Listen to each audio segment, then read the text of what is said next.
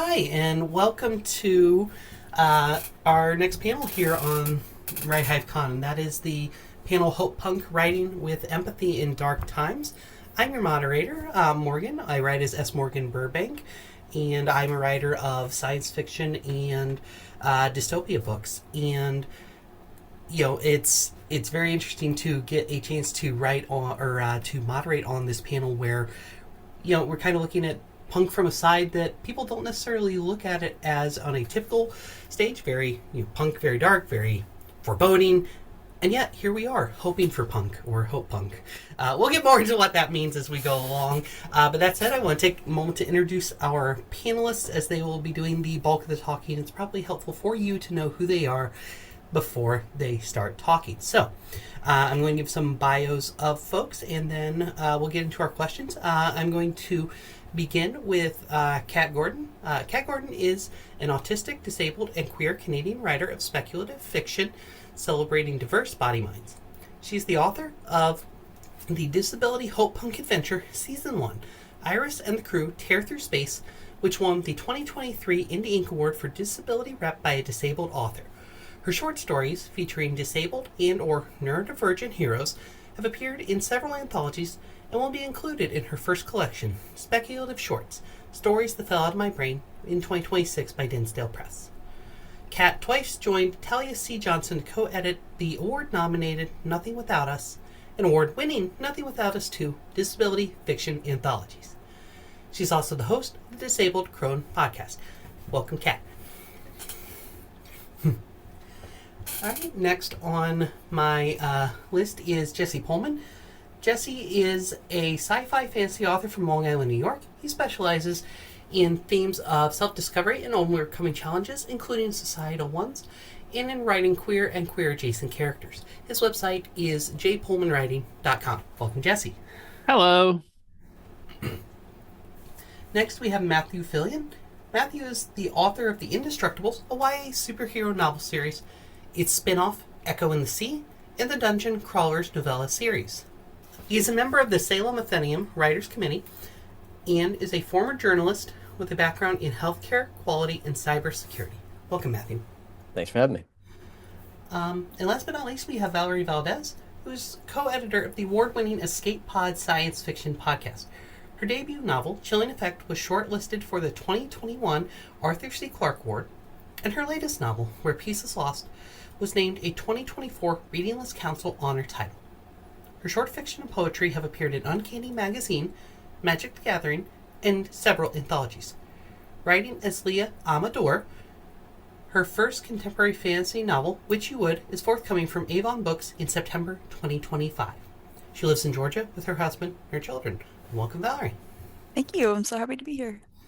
All right. So, we kind of had the catchy title off the top talking about Hope Punk, and I am sure that someone listening to this, be it live or after the fact, listening when they're uploaded on YouTube, is wondering what in the world is Hope Punk. And I'm hoping that you all, as those who write and work a little bit more in it, will be able to give a little bit better definition than I, somebody who actively writes dystopia, which seems like the opposite of Hope Punk, can do so. So, Cait, if you could, how would you define Hope Punk? And I'll ask the larger group as well, but I'll start with you, Cait. I forgot to say thank you for having me here. I just got so excited. I just did deaf applause.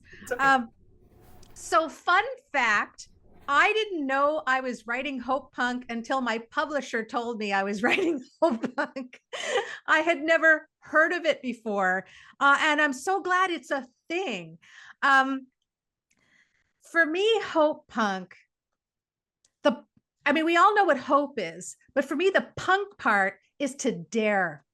It's to dare to hope when circumstances aren't hopeful or don't seem hopeful. And what I mean by that is when I was writing Iris and the Crew, and the premise behind Iris and the Crew is that there's this galactic network where accessibility and accommodation are so the norm that these folks don't understand the word disabled as applied to living beings. They know equipment could be enabled, turn off, or disabled, turned off, right? So turned on, turned off, but they don't know that as applied to living creatures and living beings, I should say. And I did that because in the midst of the pandemic, where I was being, and a lot of us folks who are disabled or have chronic illness, were being told only people like you are going to be very ill or die. And the ableism I felt went next level. And I had to retreat because that messaging, it just felt like it was daily. So I said, I'm going somewhere else now. So I dared to write in a world of space opera, which I love so much, but make it so disabled, you know, make it disabled AF, like just put your foot on the gas. And I felt like there was a glorious rebellion in doing that, but it was also like, you know, this is the world I want to see anyway. So to me, Hopepunk has that rebellious spirit, but it also does have that, I hope the future becomes like this, because this would be awesome. My first instinct when I get asked for a definition is I tend to look it up. And Wikipedia says that it's a subgenre of speculative fiction conceived of as the opposite of grimdark. Works in the Hopepunk subgenre are about characters fighting for positive change, radical kindness, and communal responses to challenges. So I take that and I infuse my own experience into things, and I think of what the word punk means. And a lot of people imagine the word punk as like, hey, you know, person with green spiky hair, somebody who's working against the societal system as it stands and is working towards, as Cait said, daring towards a better tomorrow. Fun little fact, we talked about this kind of thing last year at Write Hive when I moderated a Historians Talking About History panel. We talked about the idea of great men of history versus history from the bottom and how valid those ideas even are. So yeah, you know, I think of things like that. I think of themes such as characters disrupting a bad system and making it better. I do think there's sort of a happily ever after, or at least happily for now, implication to Hopepunk, but that can vary with different authors. And yeah, I'll turn it over to the next person. I was speaking at a college on Tuesday, and someone actually asked how you know, how in the state the world is right now, you write hopefully. The professor actually asked it, and I'm like, you're gonna have a panel to listen to on Friday. But what I thought was, I'm angry all the time at everything that's going on in the world, and I need a place where there's dignity and respect that the characters are aiming towards. And I always call myself an aging cyberpunk. Like, I grew up in the, you're not going to win, but maybe you can spit in the eye of the people that make your life miserable before your body gives out on you, which is kind of the theme of cyberpunk on the other end of the spectrum. And Hopepunk has that idea of the kindness isn't a weakness, and hoping that things can turn out okay on the other end is not a weakness, or isn't Pollyanna-ish, that it's possible. So that to me, as someone who spent a lot of time with, you know, you always say the green hair, the spiky, scary punk, the kindest people I know are punk, and they're punk because they're mad, and they want it to be better, you know. And that to me is what Hopepunk is. It actually is the most punk of punk, because it wants a better world, and I think that's my definition of it, just from where I'm coming from. Valerie, anything to add from you? I think I just want to reinforce and underline the things that people have already said. It's about characters who are in some way in opposition to some sort of status quo that is typically oppressive, and there's hopefulness about that opposition. There's a sense that, you know, it doesn't have to be some sort of simplistic, you know, the rebels succeed in destroying the Death Star kind of situation, because that's typically not a realistic way to approach it. But there does have to be that sense that all is not lost, you know, that things can improve, they will improve, even if it's not an immediate change. Then there are still people who are fighting for things to be different, and that fight can take a lot of different forms. Definitely, the punk expressions can be as loud as the spiky hair and the music, or they can be much quieter, much more subtle forms of resistance, shall we say? But yeah, I think those are sort of the two. I mean, it's hope and it's punk. Those are the two parts of it, really. Matthew, you brought up something interesting there that I want to come back to and have you potentially give a little bit more insight into. One of the things that you said was that, you know, this idea of writing in a angry world, for lack of a better way to put it. It's certainly not a unique concept, but it is a uniquely applicable concept to what many writers are facing today.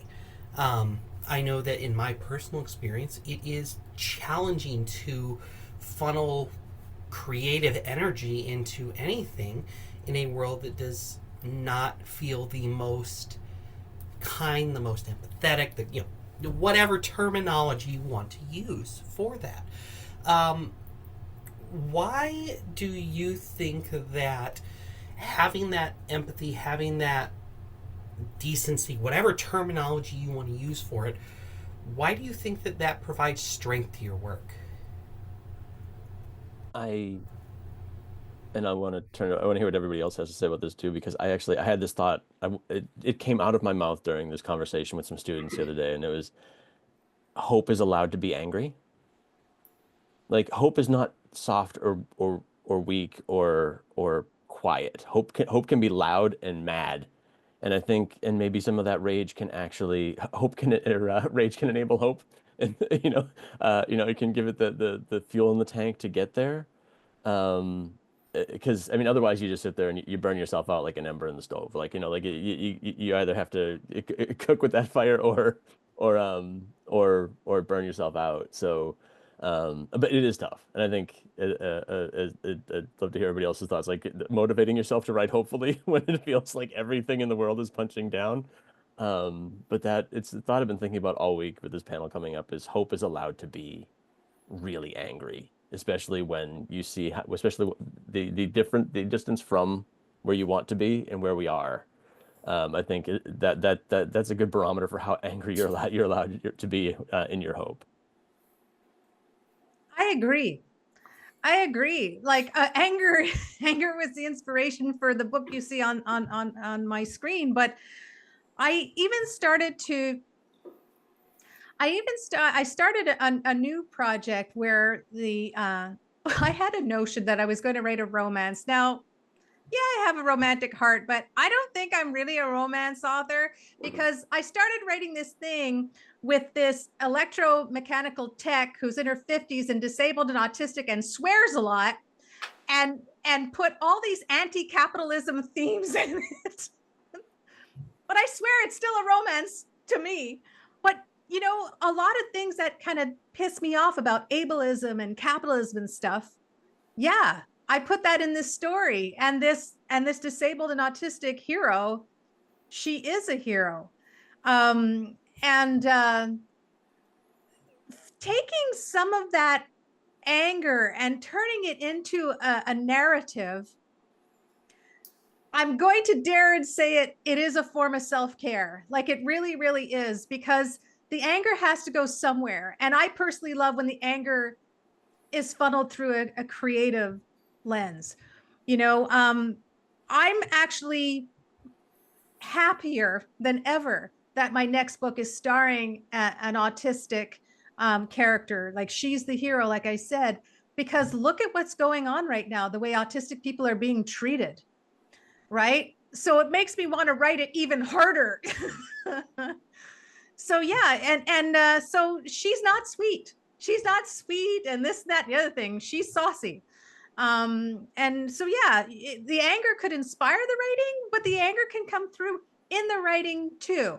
I absolutely agree. Okay, Valerie. Yeah, a thing that was recently imparted to me by I think the Kit Rocha authors, speaking of romance, was the notion that awareness without action is just anxiety. And I think that, speaking to what Kat just said, the idea that then part of our work as authors is to take our awareness and take action by writing about it as a way of moving past anxiety and into agency. And I think that is important. And I think the empathy factor is about knowing our characters and knowing who they are and what they want and what they need and why they're doing what they're doing. And so that can be a conduit for us to channel our anger, our frustration, our lack of agency, so to speak, that we feel that we have in the current political environment for a lot of us, which is what we are experiencing now in the US, to get a little political and then try to draw it back. But it has a lot of similarities to things other people are going through and have gone through in other countries, and that even our country has gone through previously in different ways. And so we can also look to other authors in other countries who have been through similar experiences. We can look to the stories of the actual humans living through all of this that we are living through, and feel that empathy and understand where they come from and how did they find hope and how did they resist and how did they rebel. And we can manifest that in our work in ways that are productive and hopeful rather than grim and dark, which again, as was mentioned, is sort of the antithesis, not in a judgmental way, but just as that's the spectrum that we're sort of working on. And that actually kind of ties into the next thing I was going to say. Jesse, I'd like your thoughts on this question, but I have a point that I think is probably something that I want you to address, since you kind of gave that textbook definition of Hopepunk anyway. I'd love to hear, your thoughts on this, but also like what is there a piece of Hopepunk literature that like you particularly find important or meaningful or enjoyable, or whatever terminology you want to use for that as well? Okay, so two separate ideas, kind of. I'm going to try to tie them together as best I can. I wrote a whole page worth of notes on the empathy question because, on one hand, if I'm trying to explain to somebody why empathy is important, I'm already kind of down one, because it seems like the sort of thing that we should all understand. But as a fundamental level, it's how we understand one another's needs and interests, and it forms a backbone of communication, right? So then I went into statistics, which, Valerie, like, I love how you say awareness without action equals anxiety. That's like my life. And also, I got into a certain political scientist by the name of Erica Chenoweth. I hope I'm saying that correctly. And she points out that if about 3.5% of a population commits to a social movement towards democracy, it can achieve significant results. She had a conversation with the Harvard Gazette where she said countries in which there were nonviolent campaigns were about 10 times likelier to transition to democracies within a 5-year period, compared to countries in which there were violent campaigns, whether the campaign succeeded or failed. So hope is angry, right? Hope can be frustrated and upset and right? But also, if that anger is allowed to just run free and cause whatever chaos it wants to cause, all of a sudden you run into problems where your goals get lost and your achievements get watered down or even fail to be achieved. So that's kind of the thing where, like, empathy is understanding, like, hey, accelerationism sounds great until you realize that there are people with medical issues who will die if the power is cut off. So maybe try not to cut the power off if we can help that while we have our revolution. Otherwise, what are we really doing here? And as to a series that I think really kind of gives you a Hopepunk, I'm going to go a little more Noble Bright on this one. I know it's more my wheelhouse than Hopepunk necessarily. It's kind of the same idea, except it's more top-down change than it is bottom-up change, for whatever that's worth. I like the Mercedes Lackey Heralds of Valdemar series. Yeah, there's a little divine right monarchy going on, but it's an actual divine being kind of perpetuating it. And the characters, the people you read about, are coming from all walks of life. One trilogy, you might get a noble person who was born into a position of high power and eventually made their way into being an adventuring hero, versus another series where you might get a person who's literally plucked out of a mine shaft and told, oh, by the way, you've got powers and you're going to go save the kingdom now. Have fun with that. And that sort of contrast of anyone can be the person who makes the change is something we need to be able to empathize with, because any person has their own inner world. We all have our own feelings. I'm speaking with 4 other people in this chat, and who knows how many people in Discord. You all have your own goals. How can we work together to make our world better? That's the fundamental question I think I want to leave everyone off with. It's very important that every one of the millions of people watching this get the opportunity to think that through themselves. Being a little optimistic for viewership, but one has to hope, right? Valerie, what book, whatever it may be, do you feel is a great example of Hopepunk that you look to? So I had kind of put together a bunch of different ideas for that question, and I think that one of the most often brought up Hopepunk examples, again with the note that it's sort of, again, going back to what Kat said earlier, the idea that these authors may not even classify themselves as hope punk, and so this may just be me kind of labeling or mislabeling, as the case may be.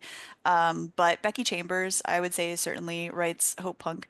And one that I want to call out is Rowena Miller's Unraveled Kingdom trilogy. It starts with Torn, and it is about a seamstress who essentially works her way up through a revolution that begins at home, so to speak. And I think it goes back to what Jesse was saying about, is it top down? Is it bottom up? Who's involved in this revolution? Is it, people, monarchs against monarchs? Is it people, going against a monarchy? And I think that the idea of it being intrinsically monarch related is something that we might push back on as a sort of, Ursula Le Guin's The Dispossessed kind of thing too, where that leans into more dystopia again, like you write, Morgan, but just those notions of who is doing the thing, who has the agency or who doesn't have the agency. I would point also to the Kingston Cycle by C.L. Polk, starts with Witchmark, as potentially a good example. And then this is more of a romance, but I think it also fits. The Very Secret Society of Irregular Witches by Sangu Mandana, which is about witches who are not allowed to reveal themselves in any way, or are not allowed to interact with each other except in very kind of controlled, minimal conditions. And the idea that maybe that's actually not the best way to do things, and how do they change that, and how do they work against it? And I think that one ends up being both punk and hopeful in very good ways. I also want to call out hold on, I got to get the title of it. We Are the Mountain, A Look at the Inactive Protagonist by Vida Cruz, which is a great essay in, I believe, Psychopomp.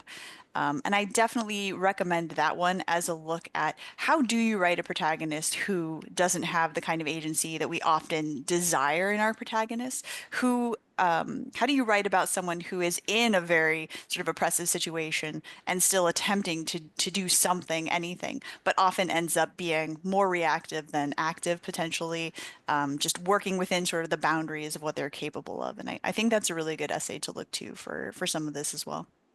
I want to come back to something on that in a moment, but I want to give other folks a chance to answer. Kat, any particular stories that jump out at you as being great examples of hope punk that you look to?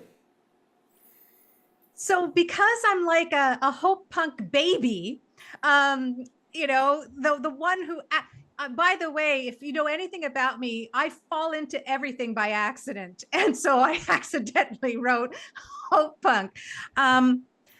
I also think really differently. I have my own ways of kind of turning things on their heads. And I appreciate all of the books have been listed. I'm going to write them down after this is finished being recorded. I, for some reason, see a subtlety in hope punk too.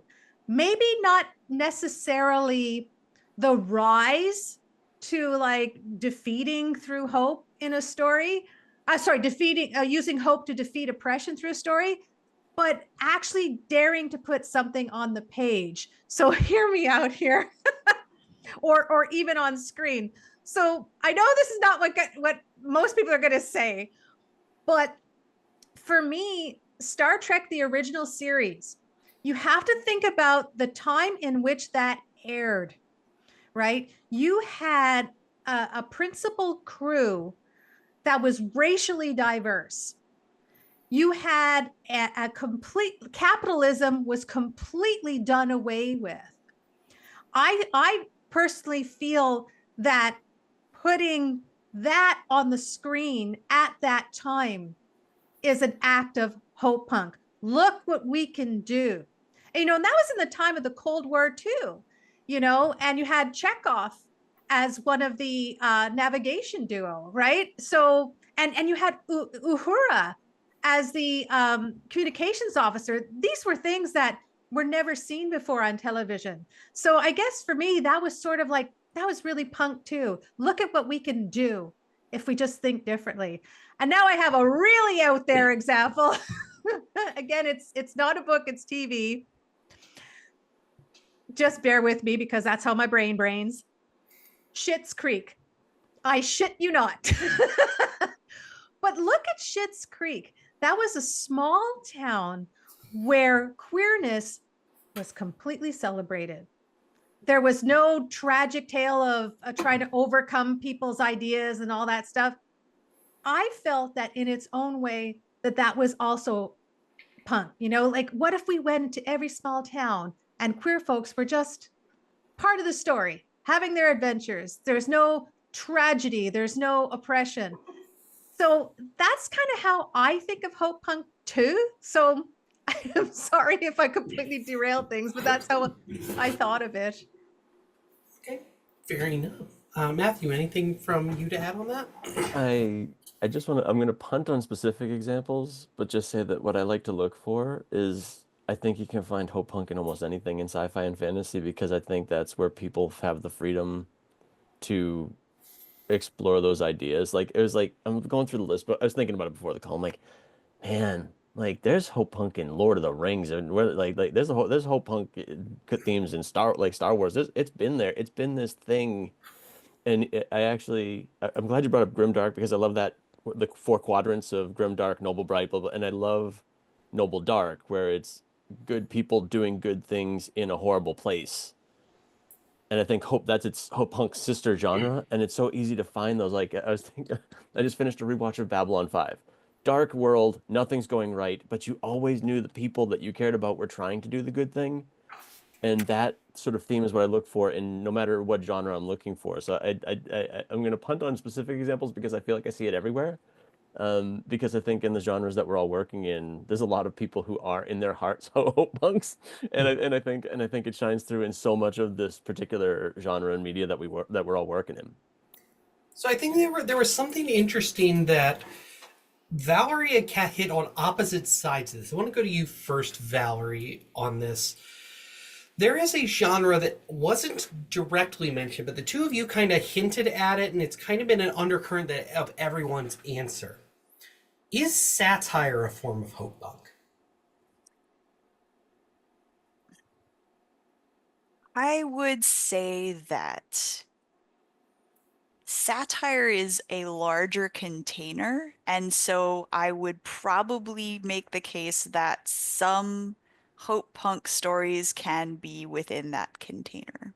Because I think that the purpose of satire, which now I'm totally off the cuff here, but is to sort of mock a situation, often an oppressive one, or just reality in all of its myriad forms. And I think that you can have a hope punk story that is satirical.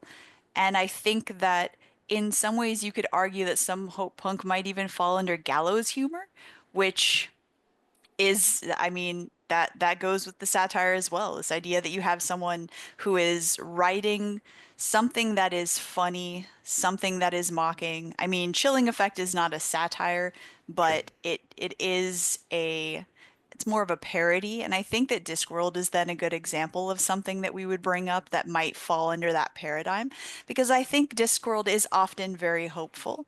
I think that I don't know if I'd call it punk, and that's where it potentially does not fall into hope punk specifically. But I would say that it goes from parody in the first few books to satire of the real world as the series progresses. And so I would say that that's an example of something that proves you could do satirical hope punk. Just because I can't think of any examples off the top of my head doesn't mean it's not possible. So. Kat, same question to you. And the part of the reason I wanted to circle back to you next on this was your use of Schitt's Creek as an example. There are a couple of Canadian television shows I thought of when we were going through this. Your answer, Schitt's Creek, was one, Letterkenny being another. Right. Schitt's Creek got me through the pandemic. I just love it so hard. And I think why I wanted to mention it too was the response that I saw from fellow Canadian queer folks to that story. Just the sheer joy, that famous line, I like the wine, not the label, that became on t-shirts in our pride festivals here and stuff, right? So that show literally spawned joy and spawned hope for people in the real world, acting out their joy and their pride at our Toronto Pride. Humor. So I'm a humor author. I am. Space opera is my favorite vehicle, and for sure, and I also read an untold amount of Mad magazines when I was a kid. So I love snark. I think snark is a superpower, and I think it's a wonderful way to if you have a character who is particularly snarky, and you put that character in a situation where they're just going to let their snark fly in the face of all kinds of gestures at everything terrible here. That is also punk, because I feel that if you can tap into humor in the worst of all situations, in my opinion, I can't imagine anything more hopeful than that, because people want to terrorize people. And if you can find humor as a form of defiance, as a form of, I'm going to laugh right now, and I'm going to do something that's laughing at you, and it's something that actually makes me feel strong in the moment, that means you didn't win. And again, I'm someone who believes in punch up humor, not punch down humor. Let's punch up at the power structures and such. Yeah, absolutely. I think that you could put Hopepunk in many types of expressions. One small extra thought on that before someone else jumps in, if I may. But I think that one of the things punk does well is it speaks truth to power, and I think that's also the function of a court jester. And I feel like that overlap just speaks for itself. I was just thinking, I'm glad you brought up the court jester, because I was thinking of how many times we've seen in dystopian fiction where the only person who's allowed to say the truth is there was a comedic duo in Babylon 5. It's fresh on my mind because I literally just watched it. But how many sci-fi series have had that one show where they're able to have it's a cartoon character or it's somebody, and that's where the humor's allowed. That's the only place where the oppressors are allowed, or haven't actually figured out they're being made fun of yet, in a way. And yeah, I love the court jester idea of the person that you're worried the most about, because as soon as the person in power figures out that the court jester is making fun of them, then the laughter stops. But I love that as an example of a punk figure in a dark space. They have similar spiky things, but one's just a hat. They both jingle. Yes. Yeah, I mean, I love the idea that satire is a larger container than just the Hopepunk genre, but it's also a tool. It's a device you can use to try to convey a particular story idea. And if that idea is that the people in power are corrupt, whatever they might be, you can assign whatever things you want to the people in power. I'm sure we all have a few we would suggest. Then you can take the satire of it all and you can basically make points. I'm sorry if I'm kind of rambling. It's just I didn't expect to go this direction, and I like it a lot. Matthew, I want to go to you for our next question. As authors here, we all want to get different things from our readers, and I say that outside of the context of just Hopepunk. There's things that we want our readers to be able to take from our books, take from our short stories, etc., etc. In framing your writing, however you want to frame it, and then in framing it how Hopepunk genre-wise is written, do you think that the goals of your writing heavily overlap with the goals of Hopepunk? You only borrow some of them? What do you argue that overlap is, if any? I was laughing earlier when Kat said that she ended up in Hopepunk by accident, because that was not the intent. There were things I wanted to avoid that are sort of anti-hope in a way, but that wasn't by design. But there are two things that I find that inform the hopeful side of things, and one is I used to box, I used to get punched in the face a lot. And the idea is to be good at it, you got to be too dumb to stop getting back up again. And I feel like that's a bit of a hope punk kind of theme of like, no matter how many times you get knocked down, having the hope to get back up because maybe this time it'll be better. Pretty sure that's a Chumbawamba song. That too, yeah. Let me just, well, they are talk about punk. I mean, actually, they're a great voice for this sort of thing. They're culturally relevant for this conversation. Yes. But the that and the theme that I work with in every one of my stories is not having enough self-preservation to stop yourself from doing the hopeful thing. Like you just keep throwing yourself at a situation, hoping to make it better, and not having the self-preservation to go, this is going to hurt, or this may do me harm, and but I'm going to do it because I want better for other people. And that's the punk and the punk at the concert who becomes the human shield for the little person who's getting squished at the front of the stage. There is that throwing yourself in front of others, regardless of what happens to you, because you're more worried about everybody else. That's the thing that I'm gonna be digging at that until I shuffle off this mortal coil. That's the thing that I keep digging into in everything that I write, and I think that's how I ended up in Hopepunk. Is I write characters that are, I hate saying the word dumb, but they just keep getting back up. Really, the smart thing to do is just to stay on the ground and be like, okay, somebody else do this now. But that's sort of how I ended up in the genre too. Is I didn't want drama. I didn't want, I didn't want to fall into my own anger. I just wanted to be like, what happens if you could change the world, and didn't hesitate to do the right thing, regardless of what happens to you. Kat, you had something? Just because of what Matthew said, I'm like, somebody needs to do an anthology called Hopepunk Mosh Pit. I really need this to be a thing, so I'm saying it so it manifests. Dear Right Hive team. I literally just almost did the I Volunteer as tribute to be the editor of that. Like, sure, yeah, like I'll jump in on that. Jesse, I wanna come to you. Same question as I asked to Matthew. Like, what is the crossover between the goals of Hopepunk and what you get out of it versus what you want your readers to get out, and what's that crossover look like for you? All right, so I got the quick version because we're talking about Red Hive anthologies and all that. I got the long version. The quick version is over here. Writing the future we need, that's kind of like the quick version, right? Like, hey, we're trying to make the future we need through writing because writing influences people. And on that note, we get deeper. When we write stuff, we want a message to be conveyed. We want to give the reader some sort of tool or idea to move forward with.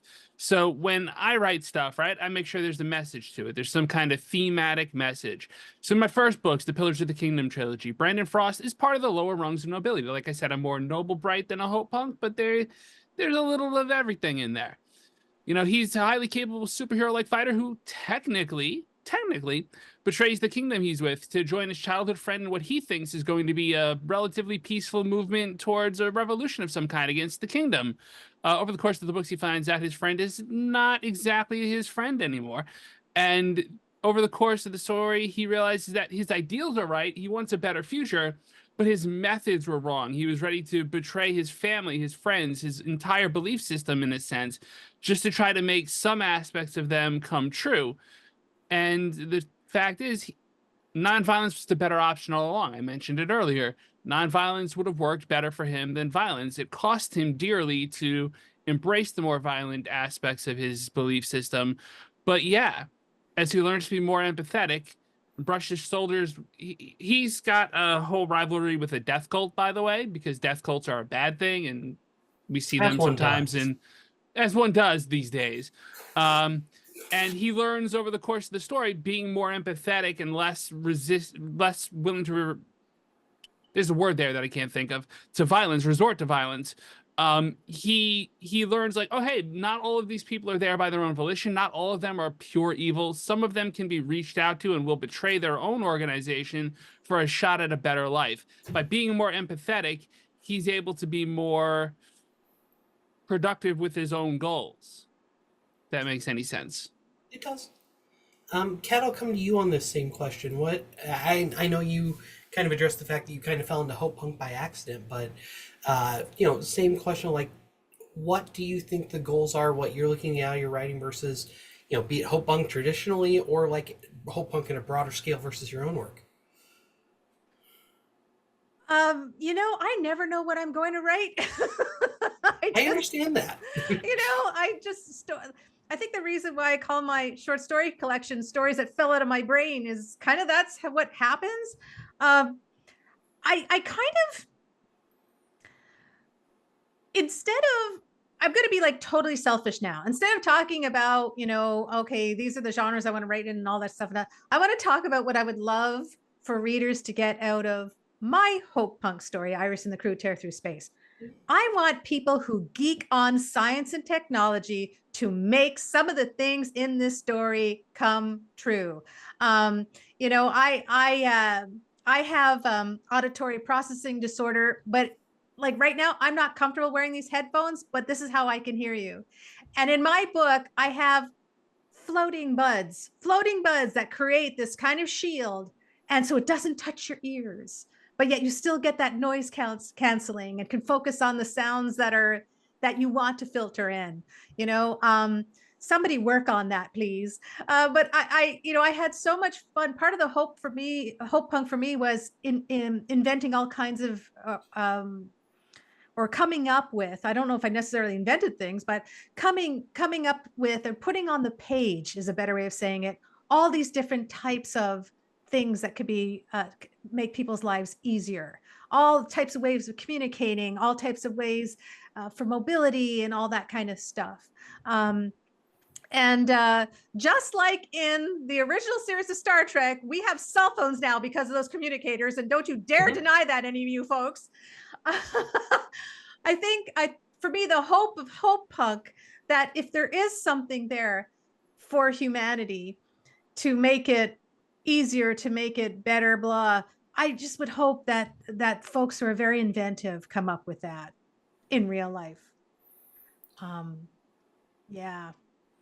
Because right now, you can't tell, but I use a mobility device, and there are people in shops who still think it's perfectly acceptable to open a door for me instead of having an automatic door opener, or they call a place accessible when I can roll in through the door, but their bathroom is down several flights of stairs. So yeah, you'll have to forgive me if I would like to have accessibility and accommodation to be at the forefront instead of as an afterthought. Sure. Valerie, same question to you then. So I'm going to be wearing two hats right now as a writer and as an editor. I feel like with Hope Punk stuff, and I think Escape Pod does publish some Hope Punk for sure. First of all, we want to entertain. We are called Escape Pod, and acknowledging that escapism is something that is different for different people. Our form of escapism does typically involve stories that are hopeful in some way, that are positive in some way, even if the positivity is sort of a light at the end of the tunnel, distantly in a very dark tunnel. But I think that we usually want some sort of, when we're talking about Hope Punk specifically, some sort of inspiration or emotional boost. So kind of like what other people have mentioned. So not like a motivational like hang in there kitten poster, but more like when you're listening to punk, when you've got Rage Against the Machine on, when you got Bad Religion on, that sense that you're part of something bigger than yourself, that you're not alone in all of this, that the state of the world is visible to other people, and it's not that everyone has their head in the sand about it. And that even if the only thing that you can do right now is just survive, you're still going to just do it as hard as you can. And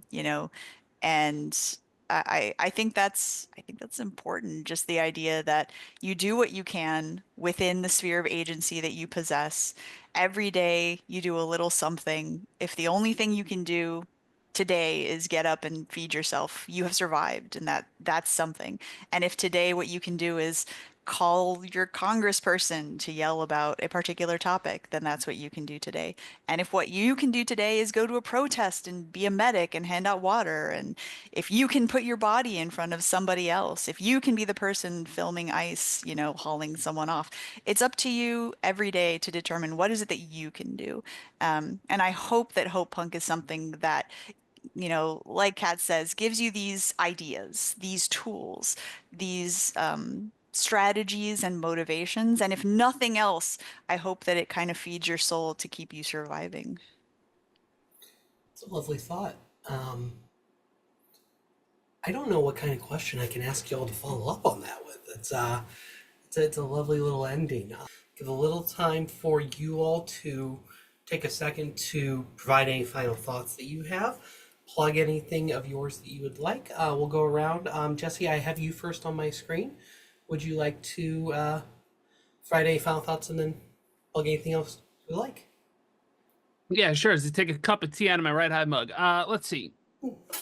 Final thoughts on Hopepunk. I love what Kat said about the little things, right? I call them the little things, but they're not really so little, are they? They're the things that you live with every day.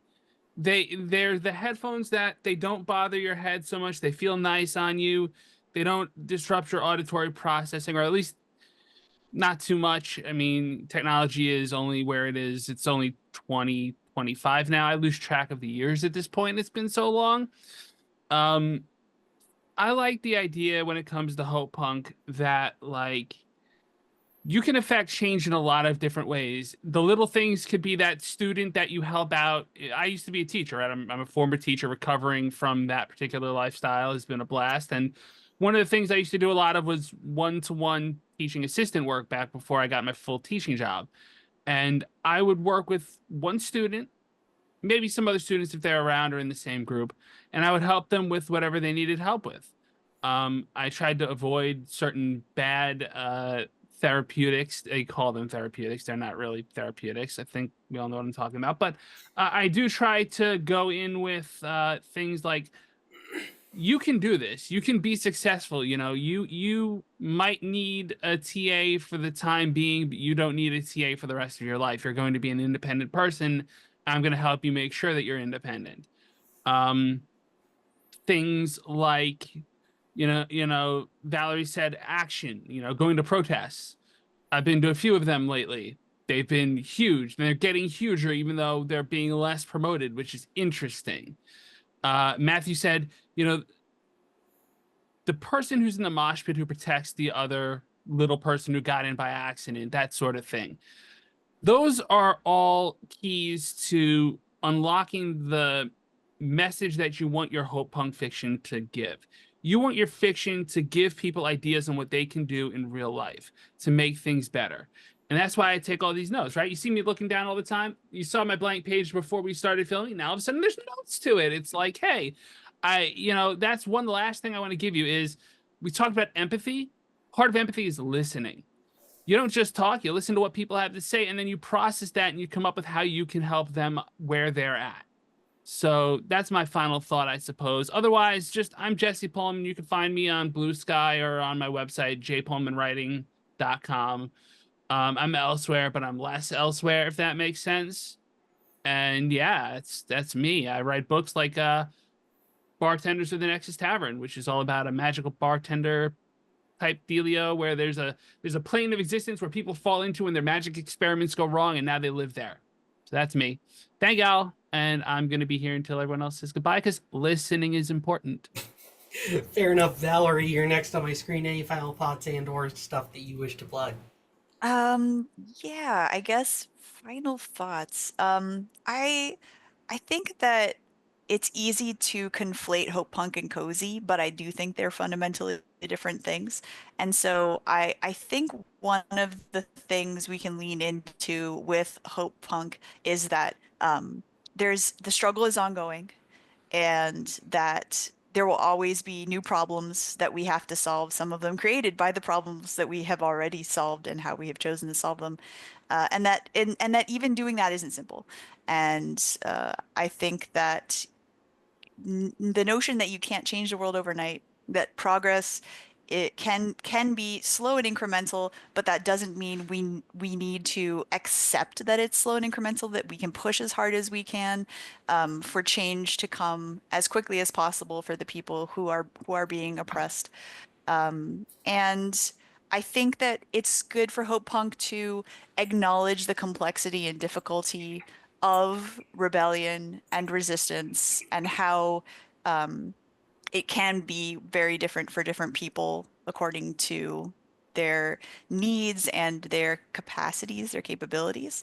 And I think that we can write better worlds, I guess, and that's really what we need to do. And you can find me at valerievaldes.com, and all my socials are there, and also plug for Escape Pod. Give it a read and a listen. It's good stuff. All right, Kat, you are next on my screen. Any final thoughts and or stuff you wish to plug?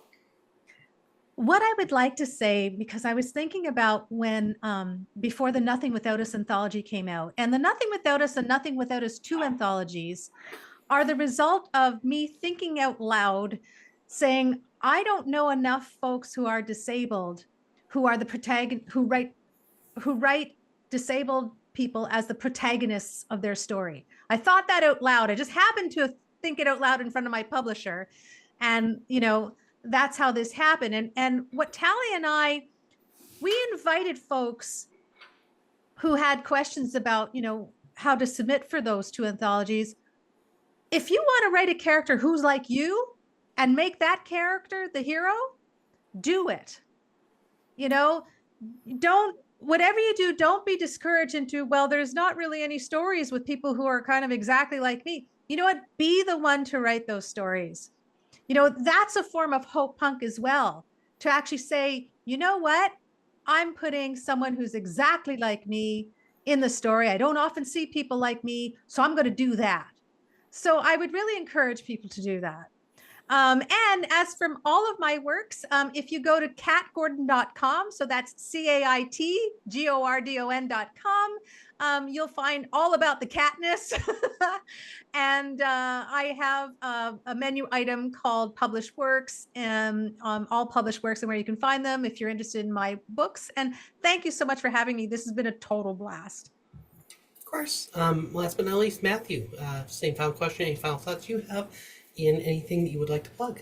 You got it. The thing that I keep thinking about is, we're talking how to write with empathy, and one of my favorite phrases is stories are empathy engines.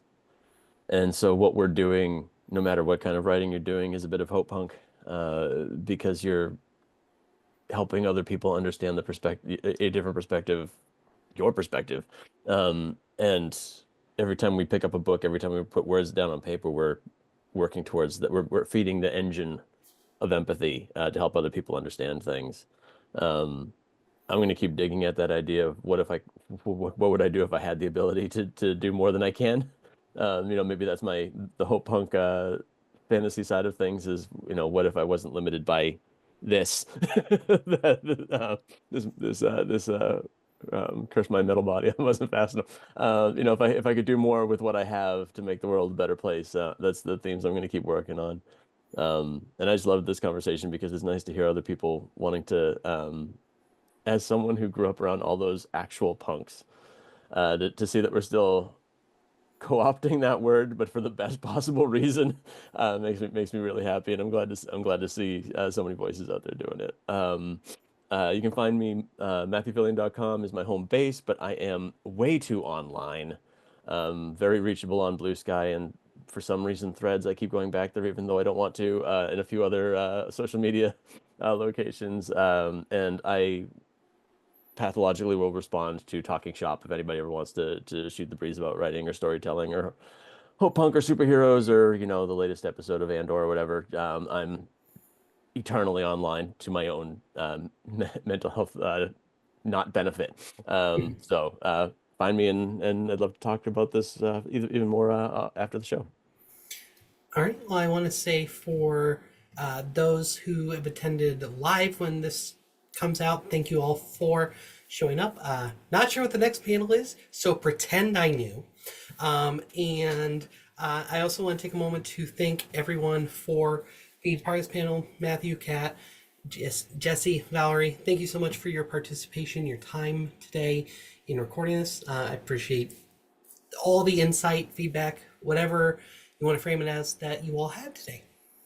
You're so very welcome. Thank you for having me. Thanks for Thank you. moderating. Thank you very much.